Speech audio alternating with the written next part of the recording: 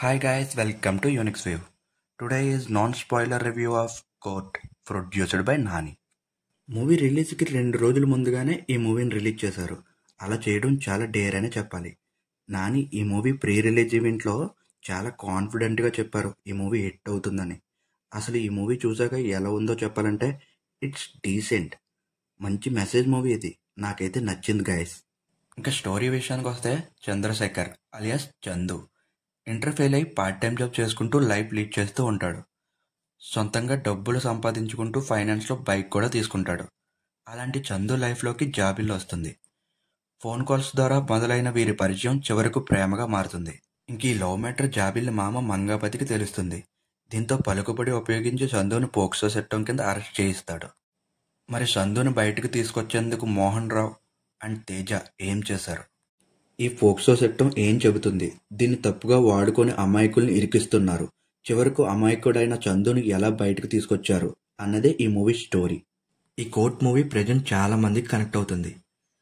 POCSO చట్టం మీద అవగాహన లేక చేసేది చట్టరీత్యా నేరం అన్నది తెలియక చాలా మంది ప్రమాదంలో పడిపోయే అవకాశం ఉంది. అసలు ఇలాంటి ఓ చట్టం ఉందని, ఇలా చేస్తే తప్పు, అది చేస్తే నేరం అని విడమర్చి చెప్పి చట్టాల గురించి అందరికీ క్లారిటీ లేకపోవడంతోనే ఎక్కువగా నేరాలు జరుగుతున్నాయని చెప్పే ప్రయత్నం డైరెక్టర్ రామ్ జగదీష్ చాలా బాగా డీల్ చేశారు. చదువు అందరికీ చెప్పినా చెప్పకపోయినా చట్టం గురించి అందరికీ చెప్పాలనే బలమైన పాయింట్ను ఆడియన్స్ మైండ్లోకి ఎక్కించే ప్రయత్నం చేశాడు. పోక్సో చట్టం మీద డైరెక్టర్ ఎక్కుపెట్టిన విమర్శలు, చట్టంలోనూ లూప్ హోల్స్ను ప్రశ్నించే తీరు బాగుంటుంది. ఫస్ట్ హాఫ్ అంతా లవ్ ట్రాక్ మీదే డైరెక్టర్ ఫోకస్ చేశాడు. అయితే లవ్ ట్రాక్ చాలా బాగా ల్యాక్ చేయడంతో కొంచెం ఇబ్బంది పెడుతుంది. కథలెన్నో చెప్పారు అనే సాంగ్ బాగుంటుంది. ఆ సాంగ్ పిక్చరైజేషన్ కూడా బాగుంటుంది. ఇంక ఇంటర్వెల్ సీన్ సెకండ్ హాఫ్కి అందరినీ రెడీ చేసేలా ఉంటుంది. సెకండ్ హాఫ్ మొత్తం చాలా ఇంట్రెస్టింగ్గా కోర్టులోనే ఉంటుంది మూవీ అంతా. ప్రియదర్శి ఈ మూవీకి మెయిన్ పిల్లర్ అనే చెప్పాలి. ప్రీ క్లైమాక్స్లో ప్రియదర్శి చట్టాల గురించి చెప్పే డైలాగ్స్ చాలా బాగుంటాయి.